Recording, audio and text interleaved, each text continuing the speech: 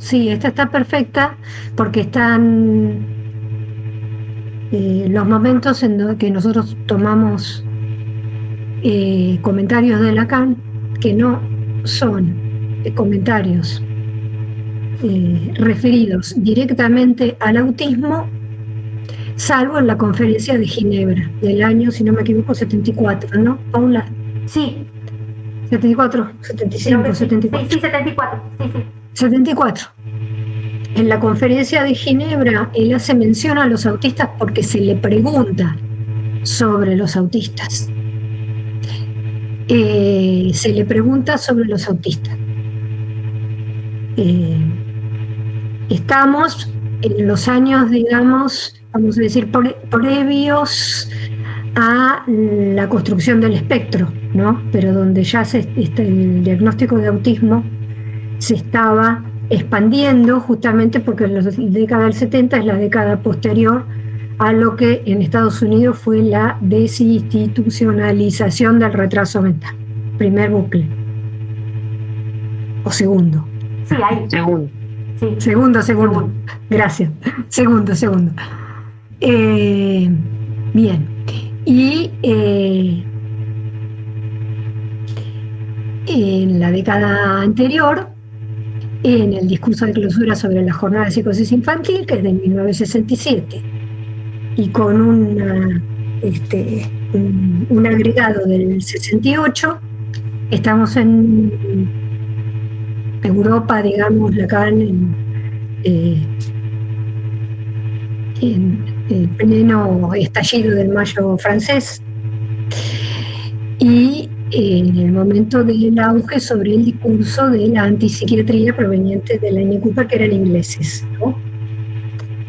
Entonces tenemos, decíamos la vez pasada, en Estados Unidos la desinstitucionalización del retraso mental, por un lado, y en Europa, Inglaterra, el auge de la antipsiquiatría con sus llamados antihospitales. En las jornadas sobre psicosis infantil que organiza Maud Mannoni, que es alumna y creo que es realizante de Lacan, a quien Lacan elogia mucho, presenta trabajo gente como Winnicott, Samia Lee,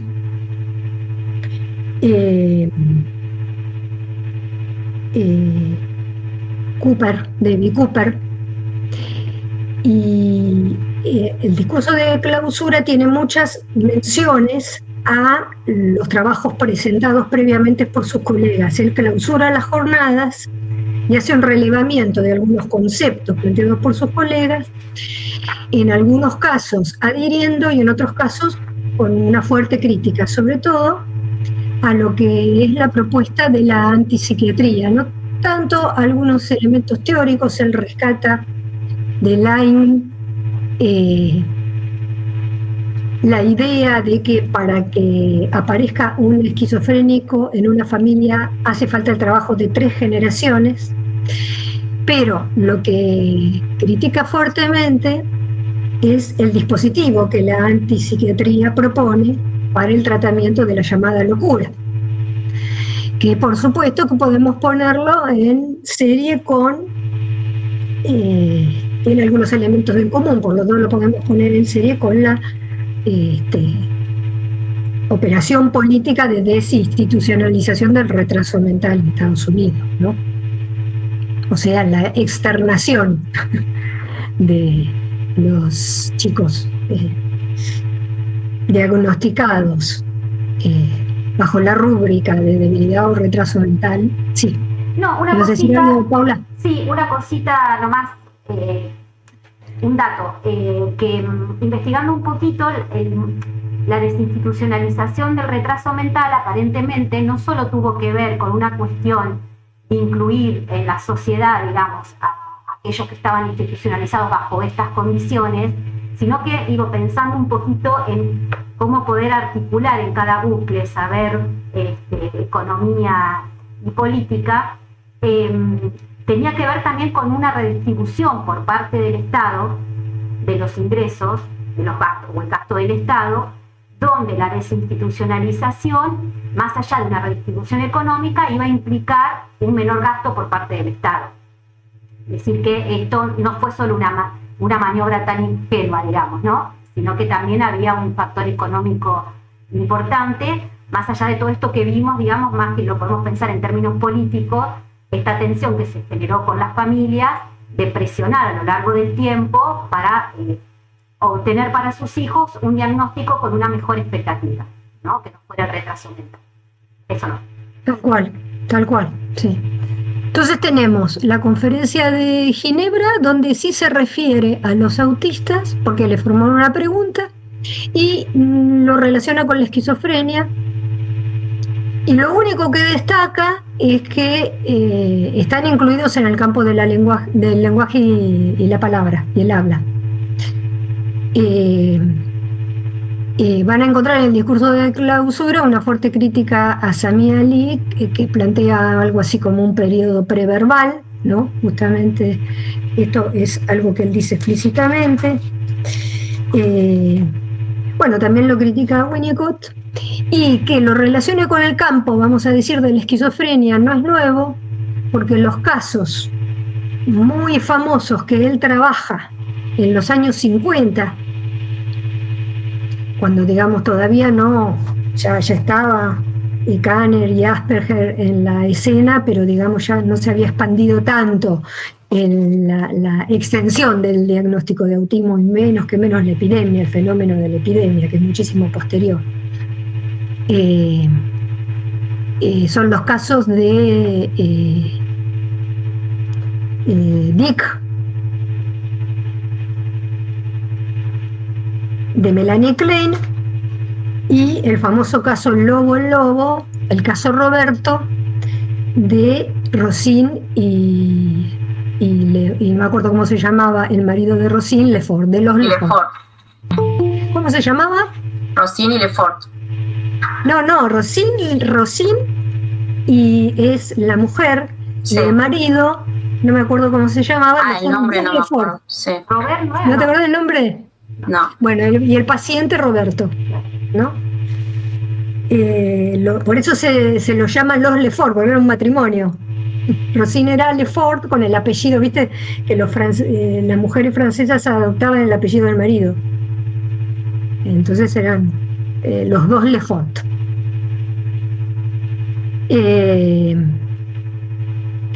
A la luz de lo que se piensa como autismo hoy día, tranquilamente hubieran podido ser subsumidos bajo esa categoría, tanto Dick como el caso de Roberto el Lobo.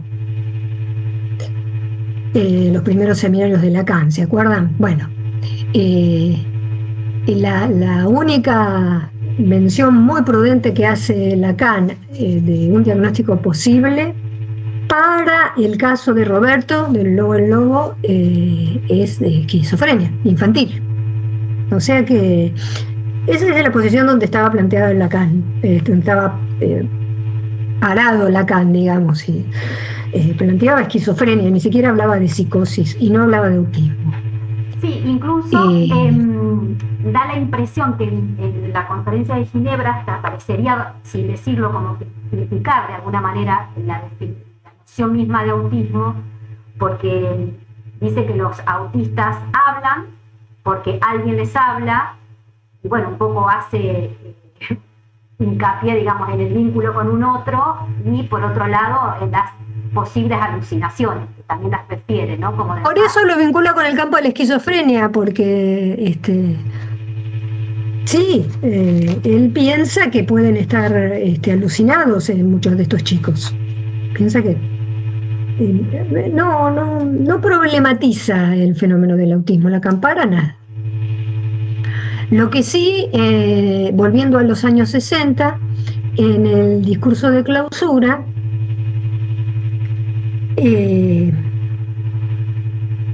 yo no sé si ustedes lo recuerdan, hacia el final del discurso de clausura, él hace una relación directa entre la política liberal, del liberalismo, dice él, ¿no?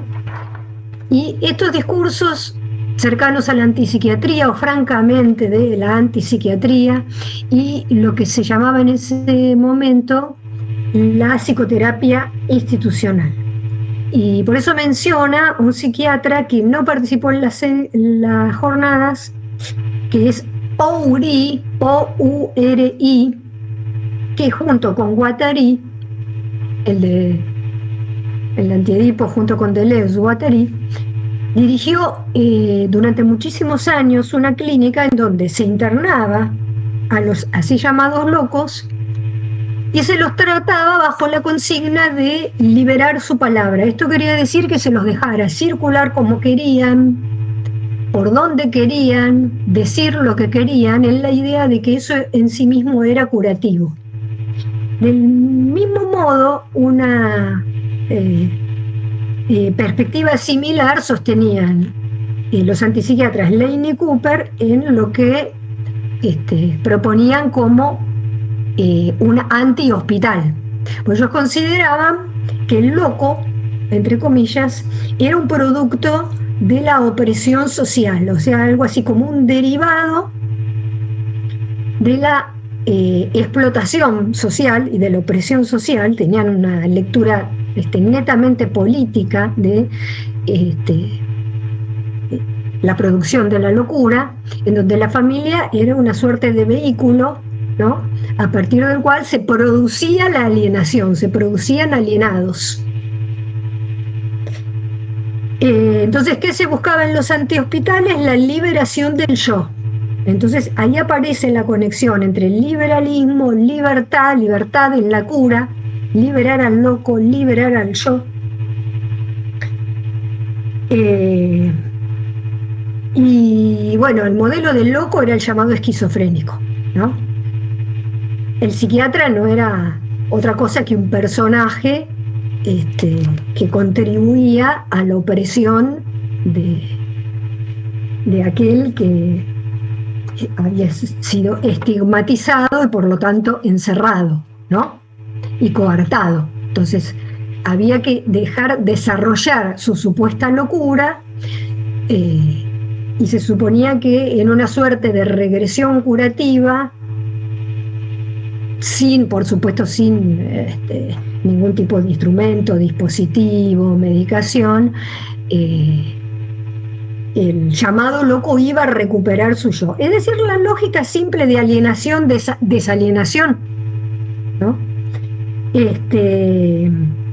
O sea que la liberación era política, ¿no?, y la causación de la supuesta locura para los antipsiquiatras era política, era la opresión social, la explotación, opresión social. O sea, sin la revolución no había curación del loco. Estamos en la época del Mayo francés, era la revolución política, ¿no? El tinte era de izquierda o anarquista, eran revolucionarios los antipsiquiatras. Por eso en el otro congreso del año siguiente, en el Congreso de Estrasburgo, es donde plantea francamente que con el discurso de la universalización de los derechos y los derechos del niño, en la instauración de los derechos del niño en el siglo XX, lo que se produce es algo así como una segregación ramificada. O sea que frente a estas voces como la de Uri, Guattari, Lane y Cooper, que dicen liberemos al loco, liberemos al yo del loco, que salga el yo del loco, que no se los segreguen los manicomios, que no terminen segregados, porque denunciaban la segregación de los campos de concentración también, denunciaban a la psiquiatría positivista como causante de una segregación, de una violación de los derechos humanos prácticamente. Lo que Lacan dice es que lo que ellos proponen genera segregación, que ahí hay una trampa que genera segregación, y le llama en una de las intervenciones en el Congreso de Estrasburgo, que es al año siguiente, segregación ramificada. Y más o menos cito textual, ya que en nuestra época, dice, la devoción por el niño, piensen que él se está refiriendo a la ponencia en las jornadas del 67 del discurso de clausura de cosas infantil. ya que en nuestra época la devoción por el niño lleva a la formación de un ejército de asistentes sociales, terapeutas, educadores y a la proliferación de instituciones que multiplican notablemente las barreras, ¿no? O sea que paradójicamente está cada vez más intervenido el niño, supuestamente psicótico, autista, etcétera, etcétera, ¿no? Está la idea, es una idea bastante clara, me parece. No tiene muchas vueltas. Él levanta la bandera de, vamos a decir, de la puesta en cuestión de la segregación, pero mostrando que los discursos que denuncian la segregación y pretenden montar instituciones o dispositivos en contra, generan más segregación.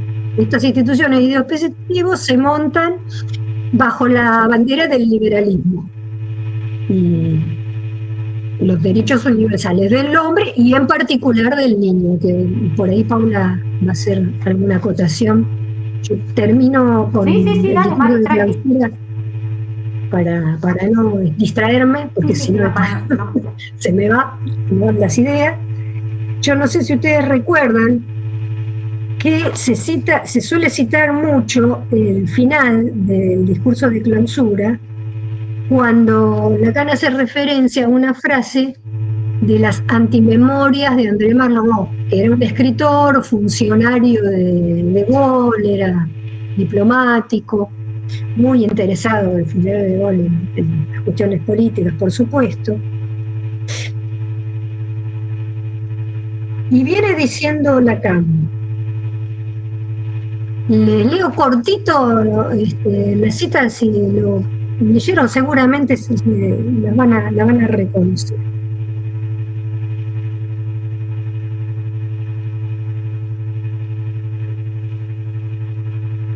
Después de criticar a Winnicott, a Sami Ali, dice: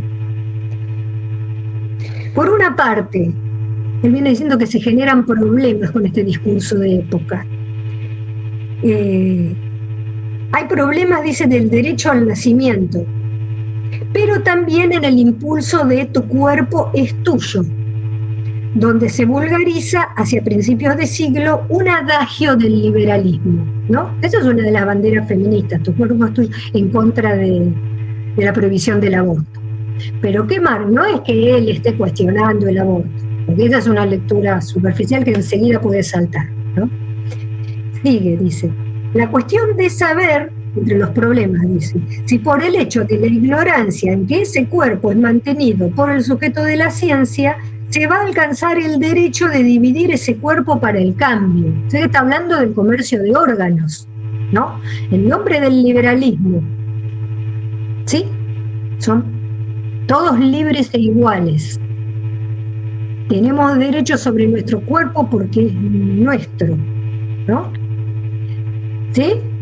El yo es de cada uno, no es de otro. Vamos en contra de la opresión social, de la alienación, de que nos impone, etcétera, etcétera, que nos impone. Bueno.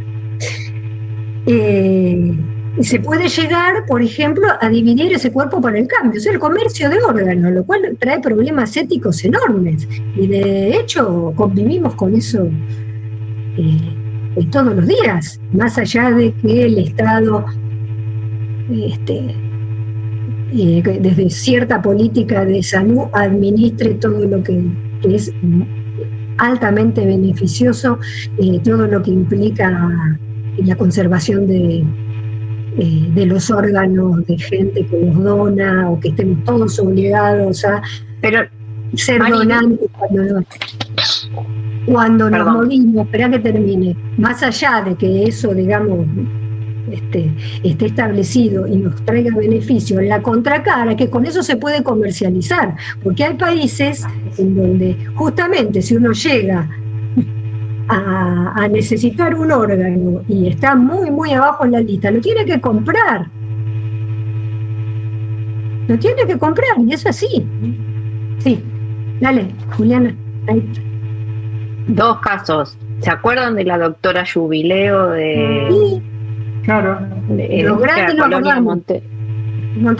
Y después, y la otra es como Milei, una de las cosas que planteaba en el tema de la libertad es que si, bueno, que si alguien decidía vender un órgano, ¿qué podía decir él? Si era libre de comerciar con su cuerpo, porque su cuerpo era suyo y nadie se podía antes de ser presidente lo dijo, y creo que lo dijo también, si yo no estoy inventando, lo dijo también con respecto a la venta de niños. Sí, también. Después no lo dijo más. Bueno, sigo y así ya terminamos con la posición de Lacan.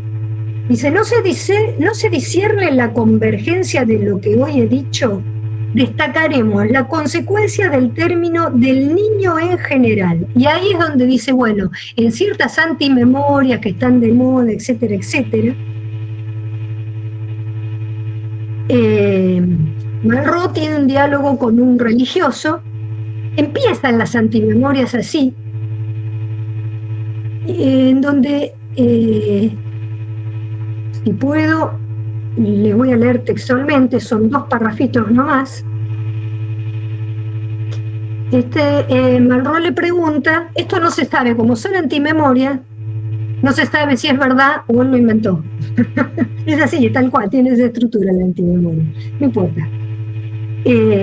Con un religioso que él conoció en Creta, le pregunta a Malraux qué les ha enseñado la confesión acerca de los hombres, tantos años de ejercicio de confesar a los feligreses. Entonces le dice el sacerdote, mire, con la confesión no aprendemos nada, porque mientras estamos en el confesionario no somos los mismos, anda la gracia de por medio, y sin embargo, para empezar, las personas son mucho menos felices de lo que suele pensarse, y además, alzó los brazos de leñador hacia el cielo cuajado de las estrellas, y además la cuestión está en que las personas mayores no existen.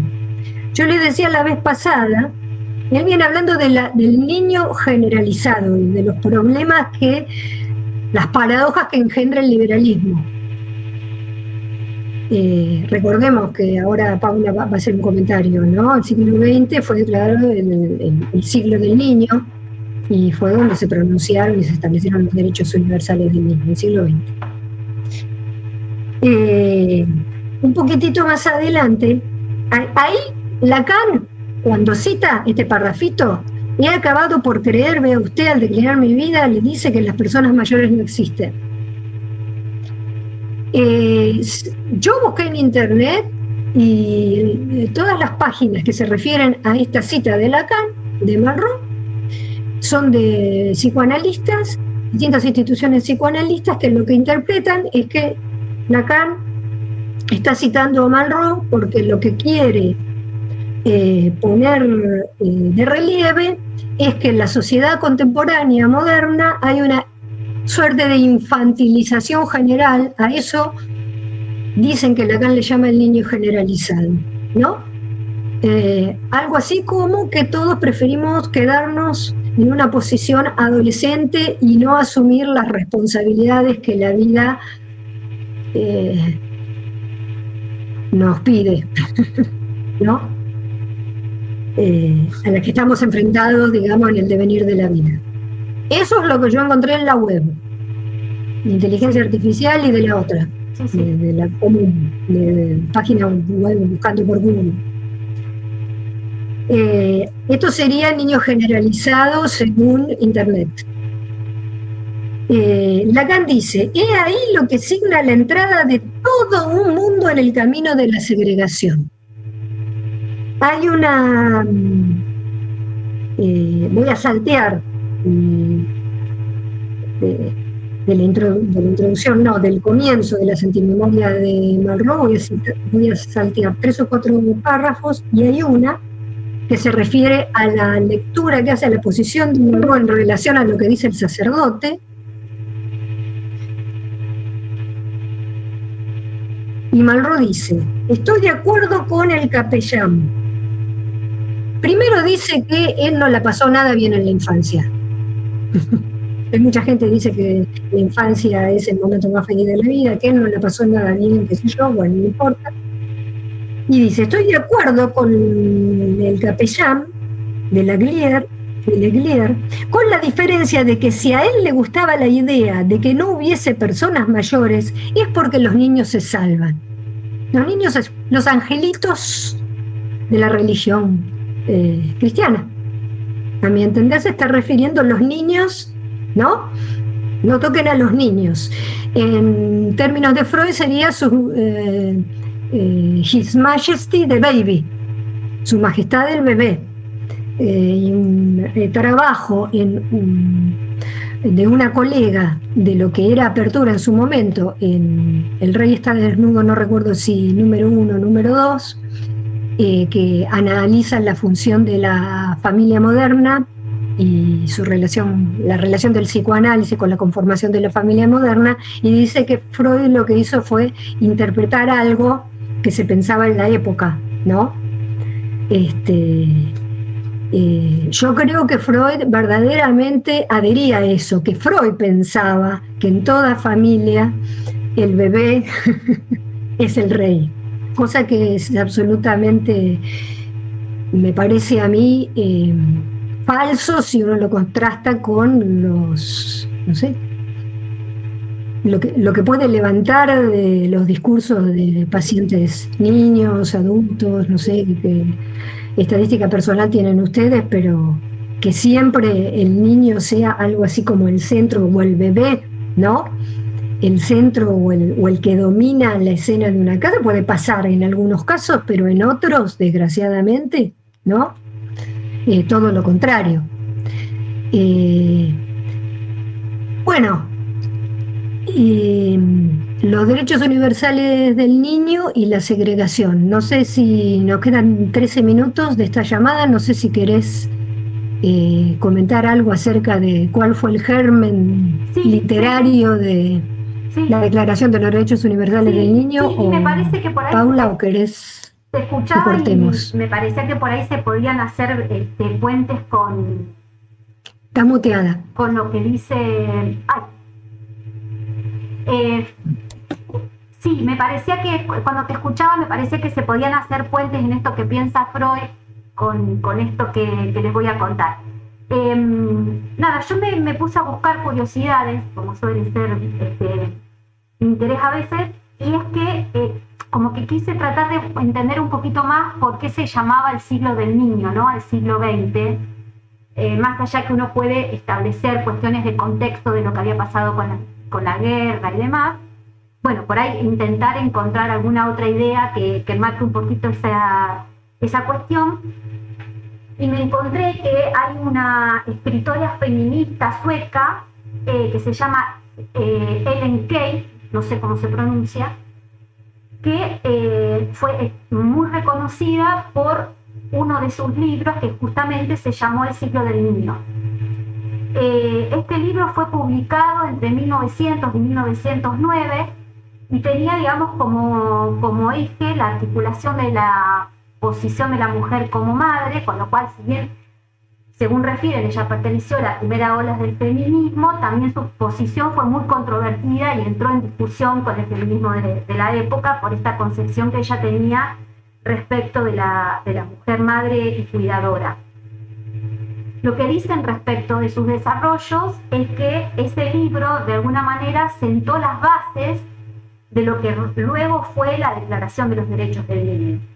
Para ubicarnos en tiempo, la Declaración de los Derechos del Niño, que es más contemporánea a la acá, desde 1959, que como lo dice fue algo meramente declarativo, y la Convención de los Derechos del Niño fue recién en 1989 cuando esos derechos se empiezan a implementar. Esta mujer estaba como centrada, digamos, en el niño como hijo. Y un poco en relación a lo que decía María Inés, este hijo debía para ella ser considerado como sagrado. Por eso pienso, es bastante contemporánea a Freud, también pienso cómo eso puede entrar en paralelismo con Su Majestad del Bebé, ¿no? Con esta idea respecto de que el niño era connotado como hijo y sagrado. Ella estaba fuertemente imbuida por tres teorías de la época, que era el higienismo, el darwinismo social, estaba fascinada con Darwin, Y la Perdón, el higienismo es lo que nosotros nos referimos en el segundo bucle. Exacto, ¿No? en el familiarismo, en el bucle del familiarismo.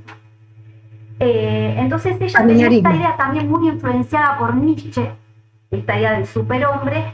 Ella consideraba que la educación iba a permitir un progreso evolutivo de la sociedad y que era posible con esta idea de la eugenesia de acceder, digamos, a la perfección. Los pilares, digamos, de ese camino hacia la perfección humana estaban basados en el individualismo liberal y en la autonomía.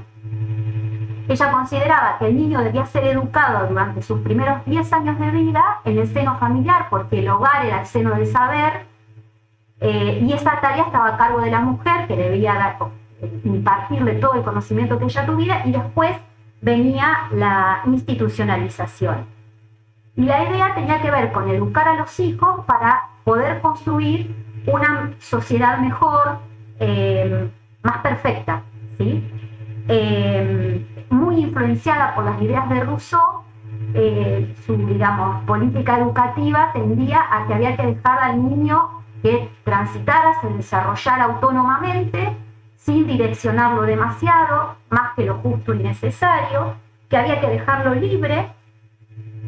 La madre tenía la obligación sagrada de enseñar. Debía haber respeto a la autonomía y a los intereses del niño. Pensemos que hasta ese momento, aparentemente, digamos, la educación de los niños era a través del castigo. Entonces ella genera toda esta teoría en contra de eso, ¿no? De que no había que castigarlos, había que dejarlos ser libres, había que dejar que pudieran expresar sus intereses libremente, no había que golpearlos, había que ponerles límites. En pos de un desarrollo de la individualidad. El hogar era el modelo social y los niños tenían que actuar con libertad, solo direccionándolos en lo que fuera necesario para que adquirieran una autonomía de pensamiento.